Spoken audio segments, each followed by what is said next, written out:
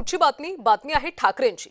विधान परिषदेमध्ये उद्धव ठाकरेंची केवळ 31.58% इतकीच उपस्थिती आहे। सदस्यांच्या उपस्थितीची आकडेवारी आता समोर आली। काही सदस्यांनी सलग 3 अधिवेशनामध्ये एकदाही हजेरी लावलेली नाहीये। काही सदस्यांचा 90%हून अधिक उपस्थितीचा आकडा समोर येतोय। यामध्ये भावना गवळी, रामराजे निंबाळकर यांची सलग 3 अधिवेशनांना दांडी पाहायला मिळते।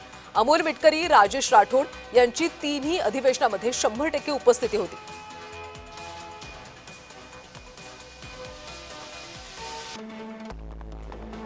तर 2020 मध्ये उद्धव ठाकरे हे विधान परिषदेमध्ये त्यांनी प्रवेश केला होता। 133 बैठकांपैकी केवळ 42 बैठकांनाच त्यांनी हजेरी लावली। एकूण उपस्थितीची टक्केवारी 31.58% इतकीच आहे। 2019 मध्ये उद्धव ठाकरे मुख्यमंत्री झाले त्या काळातली उपस्थितीची नोंद उपलब्ध नाही। 2022 मध्ये मुख्यमंत्री पदाचा राजीनामा दिल्यावर पावसाळी अधिवेशनात त्यांनी एकदाच हजेरी लावली।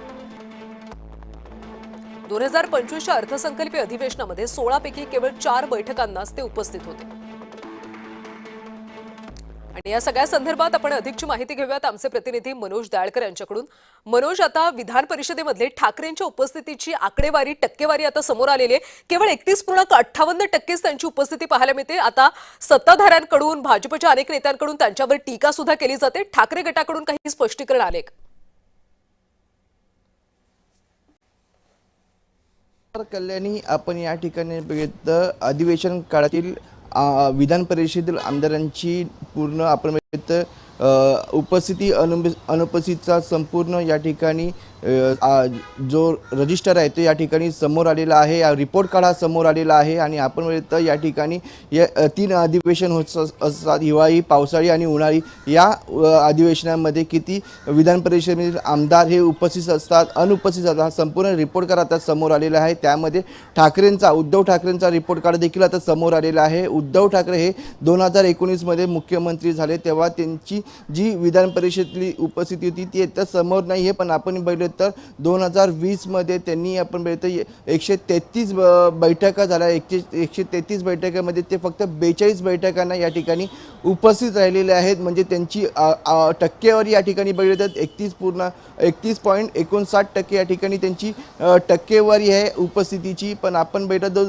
2022 मध्ये त्यांनी या ठिकाणी आपला मुख्यमंत्री पदाचा राजीनामा हा दिलेला होता आणि त्यानंतर ते पावसाळी अधिवेशन झालं आणि त्या पावसाळी अधिवेशनामध्ये ते फक्त एकदाच या ठिकाणी उपस्थित राहिलेले होते। बाकी जे अधिवेशन होते 3 अधिवेशन त्यावेळी ते पूर्णपणे अनुपस्थित होते। म्हणजे संपूर्ण आपण या ठिकाणी बघितलं तर विरोधक सातत्याने उद्धव ठाकरेंवरती टीका करत होते की उद्धव ठाकरे हे घरात बसून मुख्यमंत्री पदाचा कारभार चालवत होते। संपूर्ण त्यांनी घर बसल्या कामकाज हा केलेला आहे आणि त्यानुसार त्यांची जी आता विधान परिषदेची आकडेवारी आहे उपस्थित राहण्याची ती आकडेवारी समोर येतात। त्यांची टक्केवारी या ठिकाणी बघितली असता आपण बघितलं या ठिकाणी 31.59% या ठिकाणी त्यांची उपस्थिती ही समोर आलेली आहे। बाकीचं आपण या ठिकाणी ओव्हरऑल बघितलं तर या ठिकाणी अनुपस्थितीमध्ये या ठिकाणी आपण बघितलं देखील आमदार आहेत। त्यामध्ये शिवसेनेच्या भावना गवळी आहेत, तसंच राष्ट्रवादीचे रामराजे निंबाळकर आहेत। ते या ठिकाणी आपण बघितलं 3 अधिवेशन ते सातत्याने या ठिकाणी अनुपस्थित होते आणि त्यांची संपूर्ण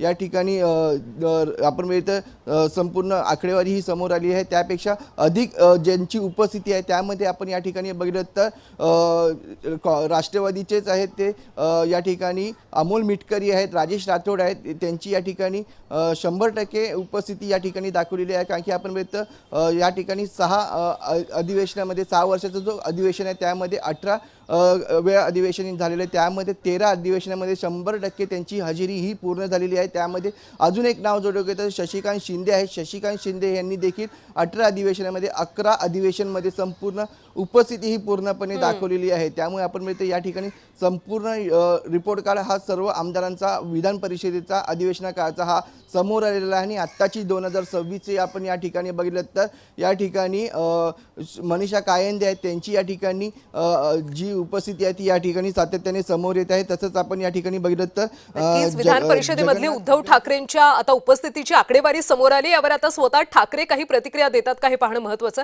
धन्यवाद मनोज माहितीसाठी।